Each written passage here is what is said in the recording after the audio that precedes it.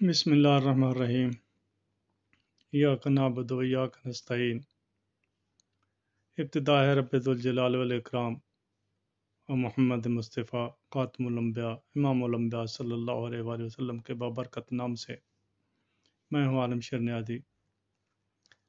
آج پھر ایک افسردہ اور انتہائی افسوسناک اور عدل پاکستان پہ ماتم کرتے ہوئے انصاف کے قتل کا ایک اور جنازہ نکلا ہے۔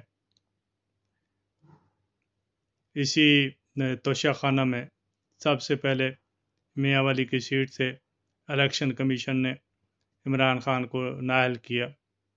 اس کے بعد پھر ایک گھڑی جس کی قیمت وہ اس وقت کے انہوں نے 50% دی، جبکہ باقی لوگوں نے گاڑیاں، نواز شریف نے 6 لاکھ میں گاڑی BMW لی، اور 20% سے 30% تک، 20% اور 25% پہ، اور نواز شریف کا کیس بھی چل رہا ہے، آصف زرداری کا کیس بھی چل رہا ہے، کیا نام ہے، شاہ صاحب کا، ایک وہ شاہ صاحب جو تھے بیچ میں، ان کا بھی کیس چل رہا ہے۔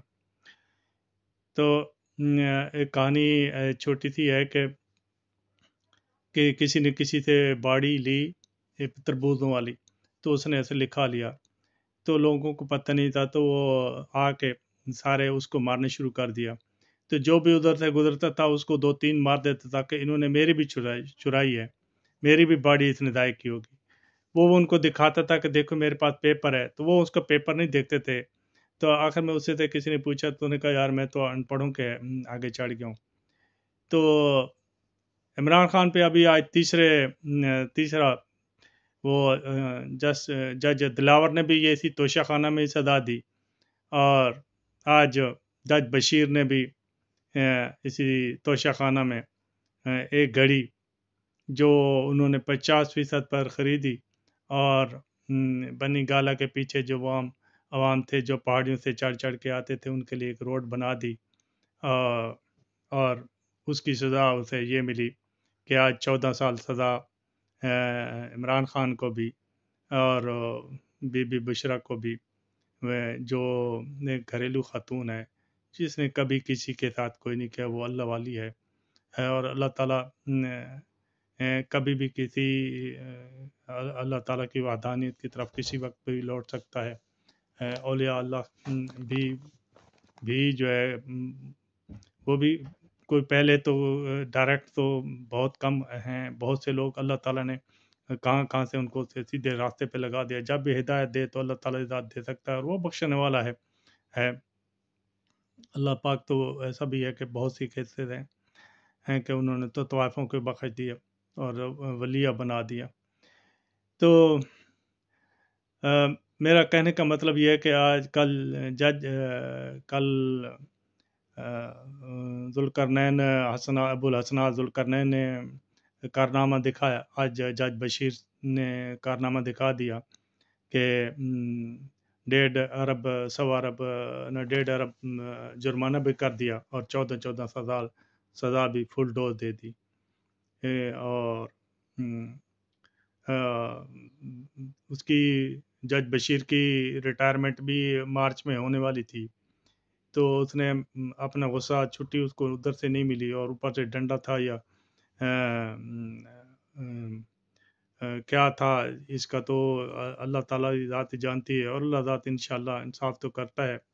اس کی لاٹھی بے آواز ہے، وہ آتی ہے اور پڑھتی ہے، انشاءاللہ وہ پڑھے گی، تو یہ سزا دے دی۔ اور اللہ تعالیٰ کا نظام بھی دیکھ لیں کہ ایک ہی کیس میں 3-4 سزائیں ڈائریکٹ چل رہی ہیں، اور ایک ایماندار شخص کو جس نے کوئی کرپشن نہیں کی، صرف اس نے وہ لی ہے، اور جو کوئی وزیر اعظم خود تو نہیں جا کے وہ کرتا، یہی لوگ کراتے ہیں، لیکن جب نظام پورا مخالف ہو تو پھر اس کی سہولت کاری اور وہ سارے لوگ اسی کے طرف چلتے ہیں۔ یہ ہے بے ضمیری، یہ ہے انصاف کا قتل، اور یہ ہے یعنی اس کو کیا کہیں گے؟ دنیا میں اس کا کتنی جگ ہنسائی ہو رہی ہے. کل کو جو پرسوں جو 2 دن ہے دنیا کے اخباروں نے اس پہ لکھا کہ یہ سسٹم ہے. تبھی عدلیہ پہ انگلیاں اٹھ جاتی ہیں کہ یہ دنیا کی سب سے جو اس کا نمبر ہے کرپشن میں وہ بہت نیچے ہے. یعنی ابھی تو 140 سے بھی نیچے گر گیا ہوگا. پولیس کا ہے کہ دنیا میں جو نمبر 1 پہ آ گئی اور پاکستان میں نمبر 1 پہ کرپشن ہے. آئی جی صاحب بھلے ہی اس کی تعویلیں نکالتے رہے ہیں. تو یہ ہمارا سسٹم ہے. اس پہ کیا اعتماد کریں کہ کل اگر نواز شریف کو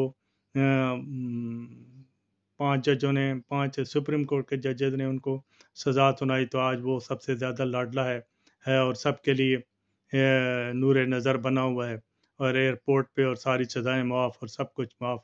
جبکہ اس کے بارے میں بکس لکھی گئی ہیں کہ وہ کرپشن میں سے لت پت تھا. کینیڈا میں اس کے بارے میں یہ لکھا گیا ہے کہ اس نے کیسے کرپشن کی. کینیڈا کے ان کے سلیبس میں ان کے اسکول کے سلیبس میں یہ لکھا گیا. ان کے لیے ڈاکومنٹری ہیں کہ دنیا میں جو سب سے کرپشن میں ٹاپ پہ ہیں ٹاپ 10 اس میں دوسرا نمبر نواز شریف کا ہے اور تیسرا نمبر زرداری صاحب کا ہے. اور زرداری صاحب پہ جب کیس وغیرہ چلتے تھے تو وہ لٹکاتے رہے, کوئی ان کو سزا نہیں, صرف وہ اور رہتے بھی تھے پرائیویٹ کوٹھی میں رہتے تھے اور سارا کچھ وہاں چلتا تھا ان کو ہیں اس چلتے تھے. اور وہ بعد میں جب آتے تھے تو اپنے پورے ڈاکومنٹ بھی ضائع کر دیتے تھے اور وہ سارے بھی اور پھر وہ باعزت بری بھی ہو گئے. تو پتہ نہیں کہ ہمارے ساتھ عمران خان کے ساتھ ایسا کیوں ہے کیونکہ ایک ایماندار آدمی کو آگے جو نہیں آنے دینا اور اس کو کسی صورت عوام کا جو حق العزیز لیڈر ہے جو دنیا کی 6ٹھی مقبول ترین پارٹی ہے اس کو آگے نہیں آنے دینا. اس لیے شاید کیونکہ عوام کے الٹ چلنا ہے اور عوام کو تو بھیڑ بکریاں سمجھ کے ان کو تو اسی حالت میں رکھنا ہے. کیا کہہ سکتے ہیں. وآخر دعوانا الحمدللہ رب العالمین.